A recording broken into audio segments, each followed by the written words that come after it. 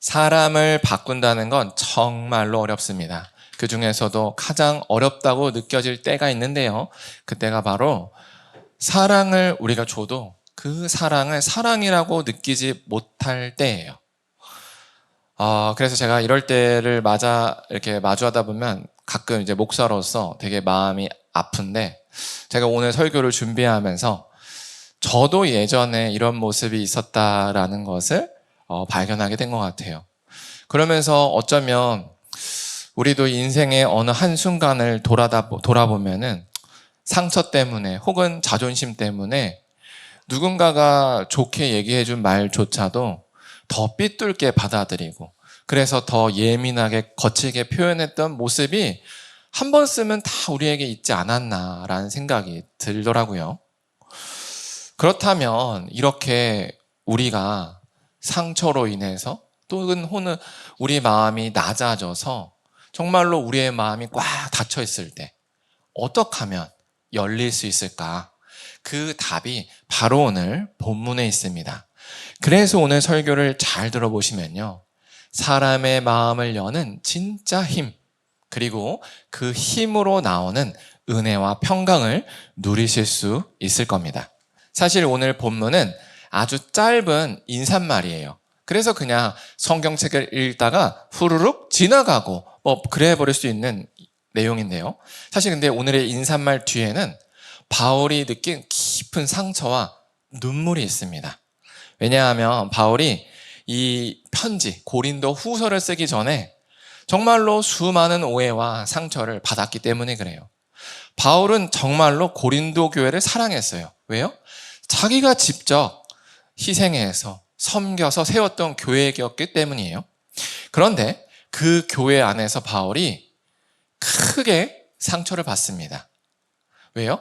자기가 사랑을 해서 이렇게 저렇게 가르쳤던 그 내용을 거부하면서 바울을 계속 모욕하고 반대했던 세력이 생긴 거예요.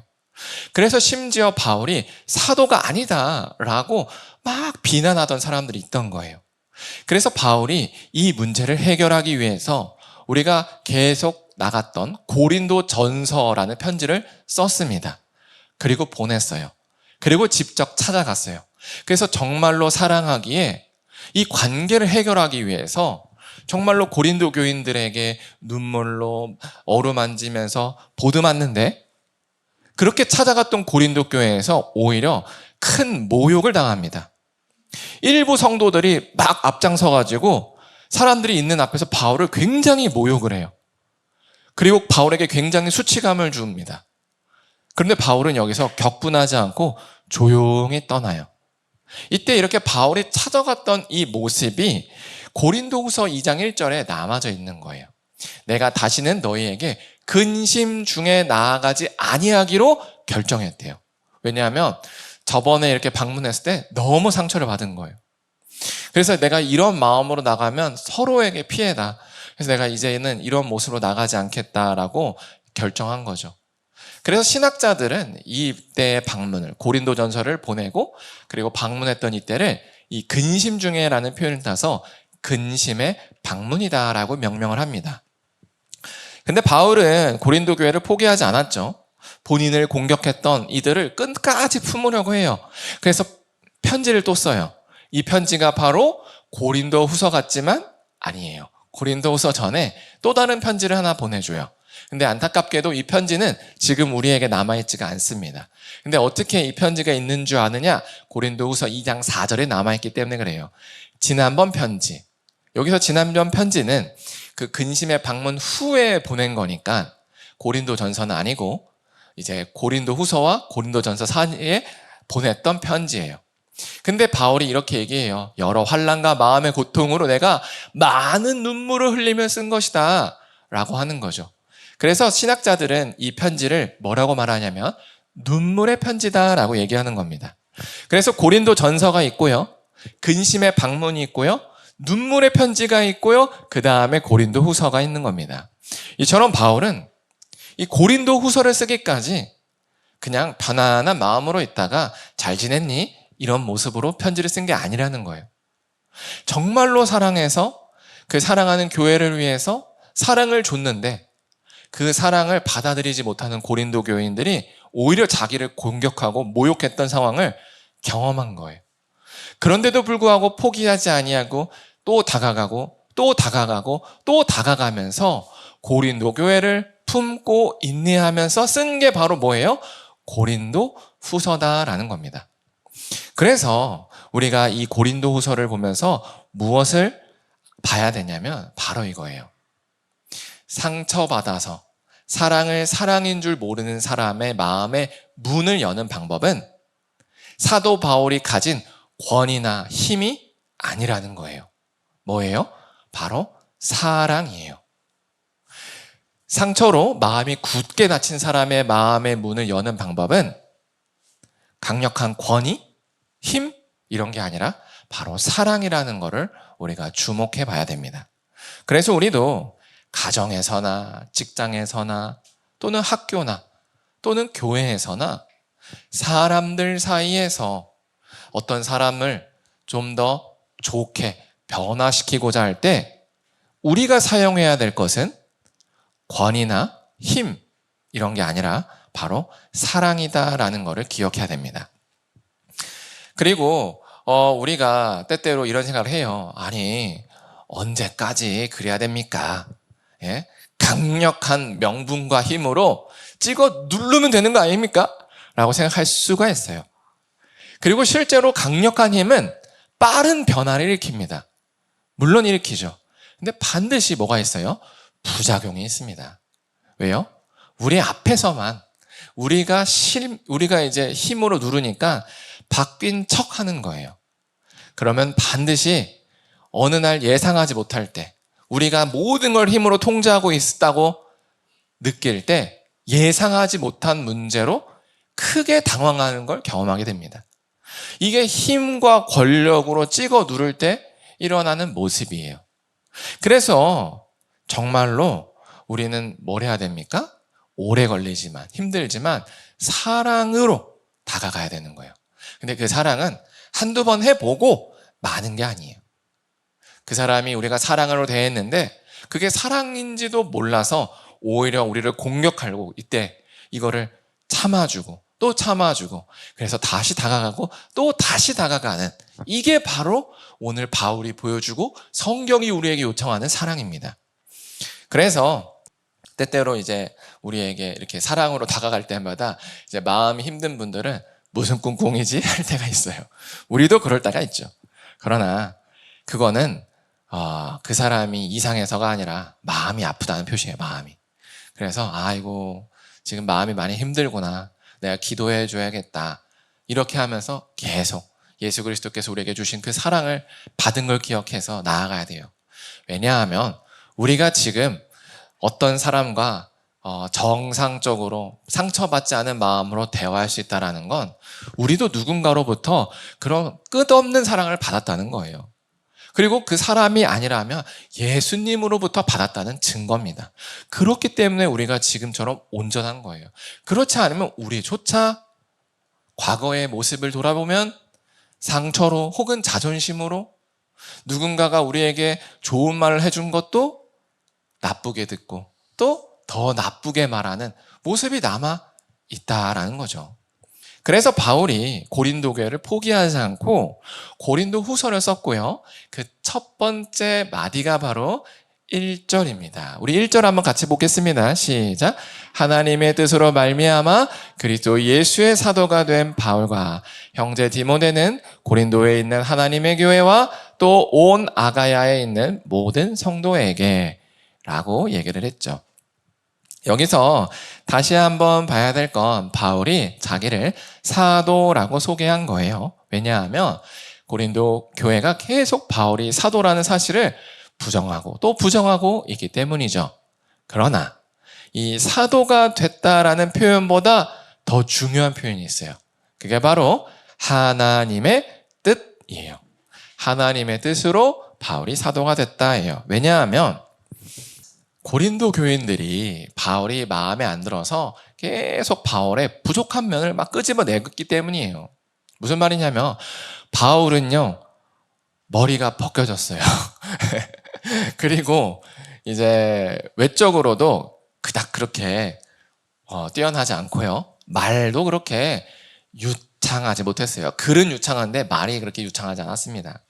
그리고 가장 결정적인 부족함이 있었습니다. 그건 뭐냐?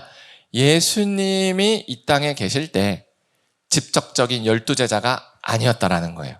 그러니까 이 12제자에 비하면 뭔가 이제 좀 떨어진다. 이제 뭔가 이제 떨어진다라고 보였던 거예요. 근데 바울도 이거 알까요, 모를까요? 알죠.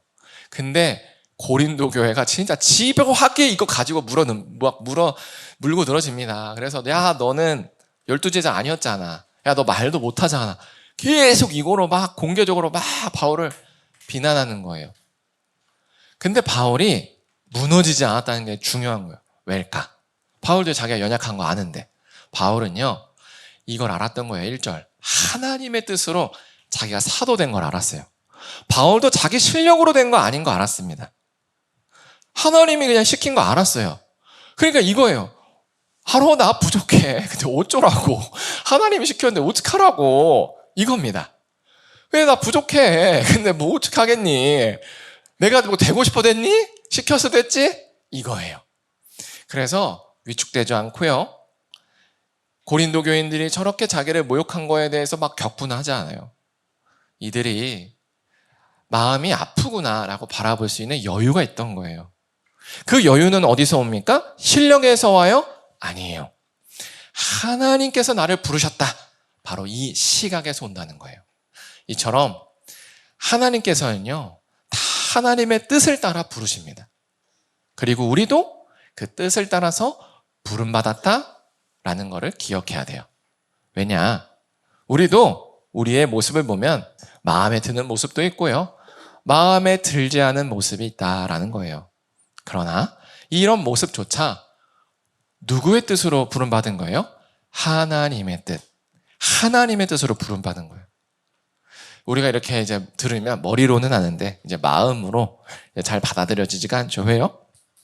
지금 나의 모습, 지금 내가 처한 상황, 또 지금 나를 둘러싼 사람들이 마음에 안 들 때가 그렇게 되는 거예요. 마음에 안 들다 보면 끊임없이 뭐예요? 아, 나 싫은데.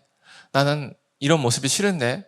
왜 이거조차도 내가 받아들여야 돼? 왜 이거조차도 하나님의 모습이야? 라고 느끼게 되는 거예요. 그래서 누군가가 이렇게 끊임없이 이렇게 사랑을 줘도 그 사랑이 사랑이라고 느껴지지 않고 좀 삐뚤어지게 받아볼 때가 있는 거죠. 그러면서 누군가가 우리를 위로할 때 뭐야? 지금 나 놀려? 지금 내 망해서 지금 힘들어하는 거 안 보여? 라고 이렇게 의심의 눈으로 바라볼 때가 있다는 겁니다. 그러나 우리는 이럴 때일수록 오늘 말씀을 붙들어야 돼요.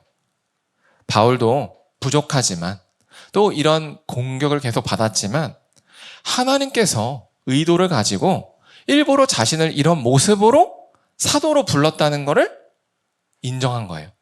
그렇기 때문에 이것이 흠이 아니라 자기의 연약함이 흠이 아니라 오히려 자랑이라는 거예요. 왜죠? 나를 봐. 나 같은 사람도 하나님이 쓰시는데 하물며 너일까 보냐라고 말할 수 있는 건 바울밖에 없어요. 네. 바울만 할 수 있는 말이야. 베드로는 못해요. 베드로는 으뜸 제자였으니까. 베드로는 이제 금수저 이런 느낌이에요. 하지만 바울은 흙수저. 그러니까 바울만이 할 수 있는 위로로 하나님이 바울을 불렀다라고 바울이 자기의 연약함을 있는 그대로 받아들인 겁니다. 그렇다면 우리도 마찬가지겠다라는 거죠.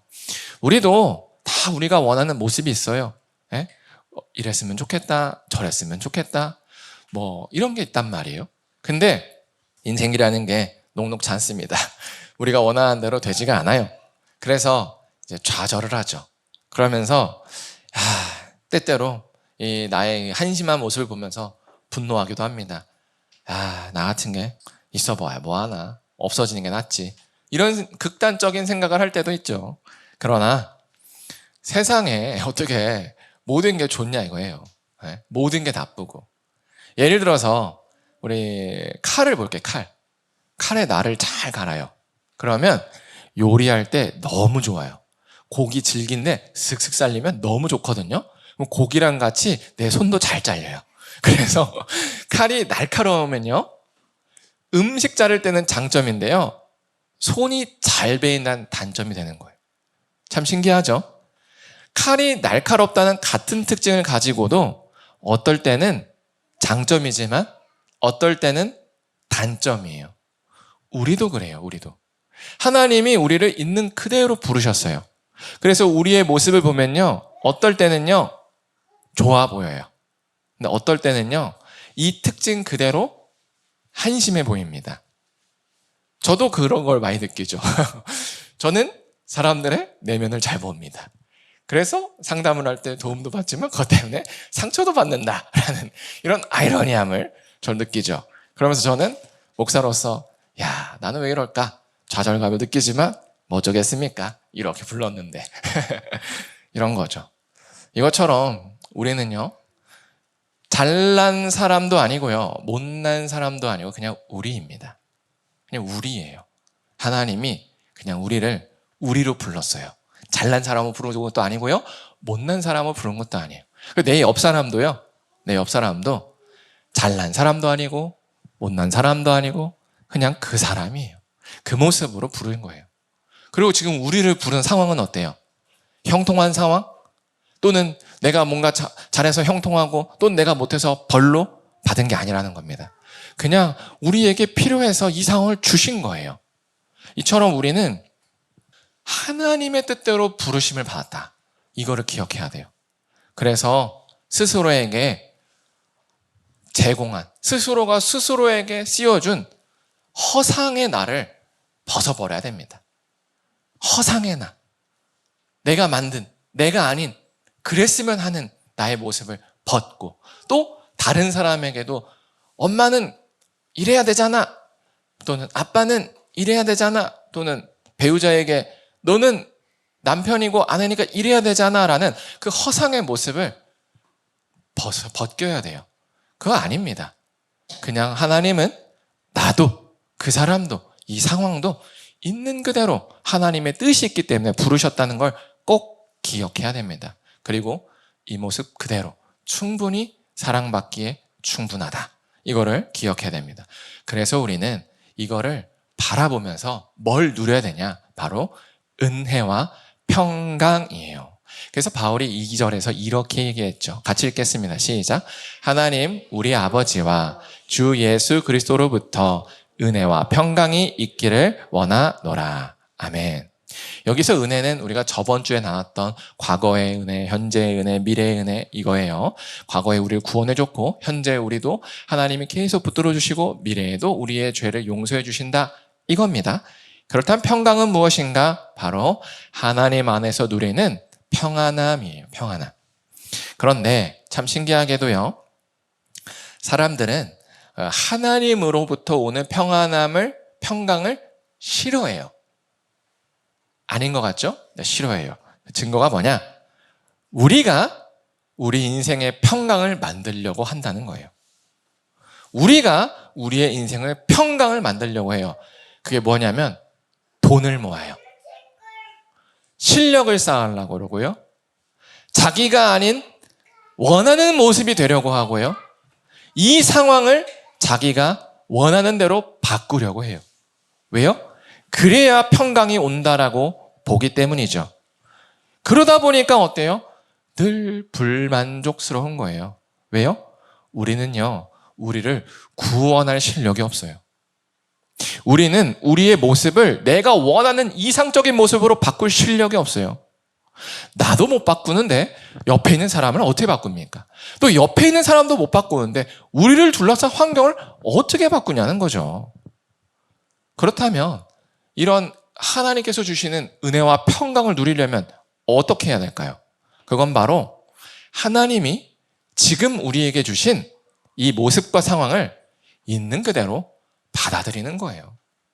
아, 내가 잘해야 내 인생이 평강을 누리는구나가 아니라, 아, 하나님께서 나를 이렇게 부르셨다면 이 모습 그대로 평강을 주시겠구나 라고 나아가야 되는 거죠.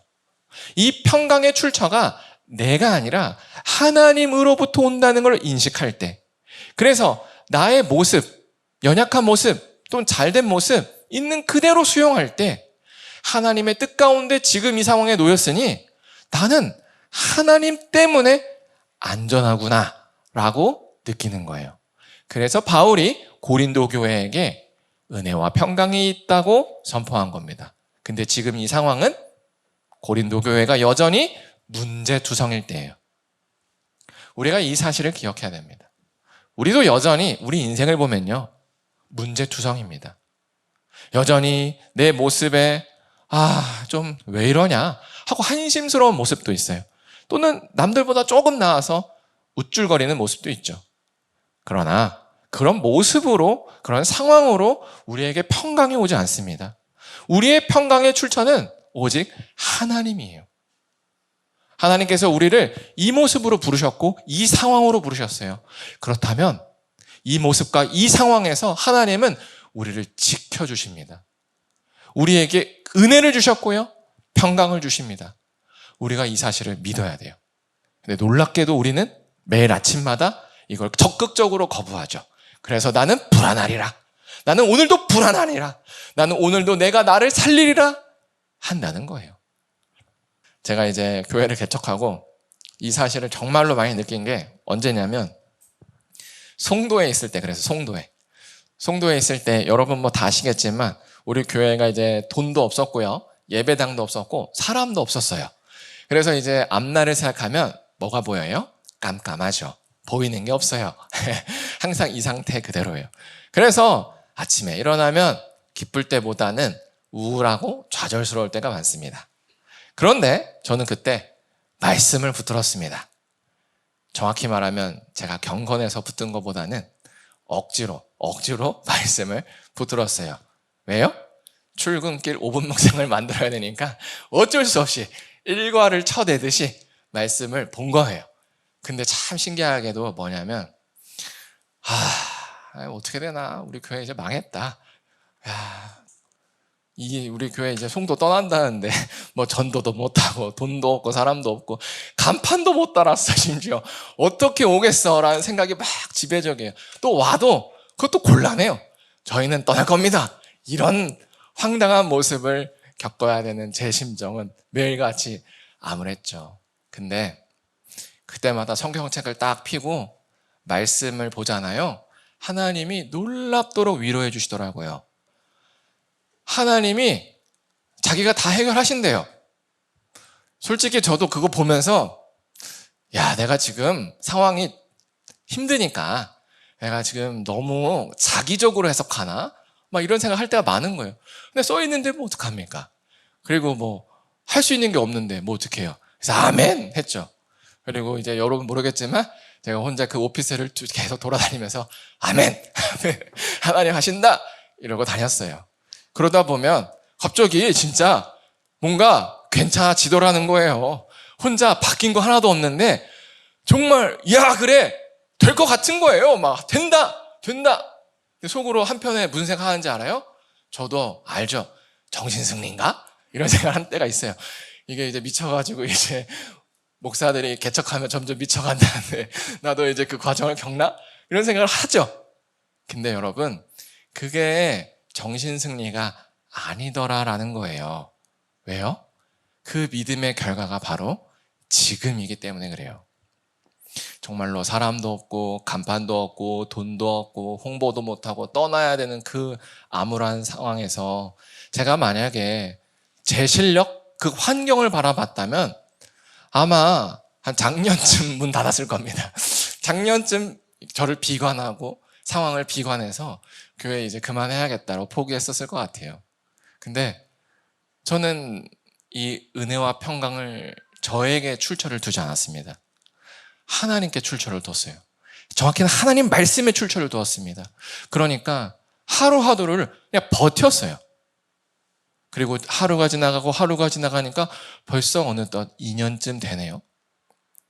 그리고 지금을 보세요. 예배당도 있어요. 그렇게 달고 싶었던 간판도 달려 있습니다. 그리고 사람도 있는 거예요. 여러분, 이게 바로 하나님께서 주시는 은혜와 평강입니다. 우리의 모습을 있는 그대로 받아들이세요.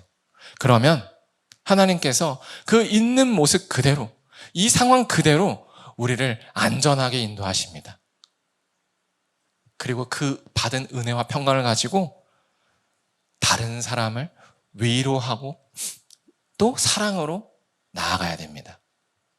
우리의 힘으로, 우리의 모습으로는 다른 사람의 상처받은 영혼을 품을래야 품을 수가 없어요. 왜요? 나도 힘든데 누굴 품어요? 나도 죽겠는데 누굴 품어요? 근데 우리는 이 모습 그대로 부름받았고요. 우리는 이 모습 그대로 안전합니다. 우리는 있는 모습 그대로 하나님의 은혜와 평강을 누르기에 충분합니다. 그러니까 이걸 받으셔야 돼요. 의지적으로, 의도적으로 매일 아침에 여러분 하나님 말씀 앞으로 나가서 하나님이 나를 이렇게 구원하시는구나를 붙드셔야 됩니다. 그리고 그 은혜와 평강을 내 것으로 만들고 선포해야 돼요. 그리고 할렐루야 하고 다른 사람을 품어주고 또 품어주고 또 다가가고 또 다가가서 사랑으로 변화시키는 거예요. 그게 바로 그리스도인의 삶인 거죠. 그래서 저는 소망하기로 우리 모두 하나님께서 부르신 그 모습 그대로를 서로 자기를 인정했으면 좋겠습니다. 그래서 비록 지금 우리가 초라해 보이고 상황이 이제 우상향이 아니라 이제 하락일지라도 내 인생 망했어가 아니라 아니야. 하나님이 함께 하시잖아. 하나님이 나를 이렇게 부르셨잖아. 그러면 하나님이 뜻이 있었잖아. 그러면 나는 안전하잖아. 라고 나아갔으면 좋겠습니다. 그래서 어떤 상황에도 흔들리지 않는 편안함. 시몬스가 아니라 흔들리지 않는 평안함으로 세상과 구별되어 우리 주변과 수원 지역에 아직 예수님을 모르는 영혼들에게 예수님의 사랑과 복음을 전했으면 좋겠습니다.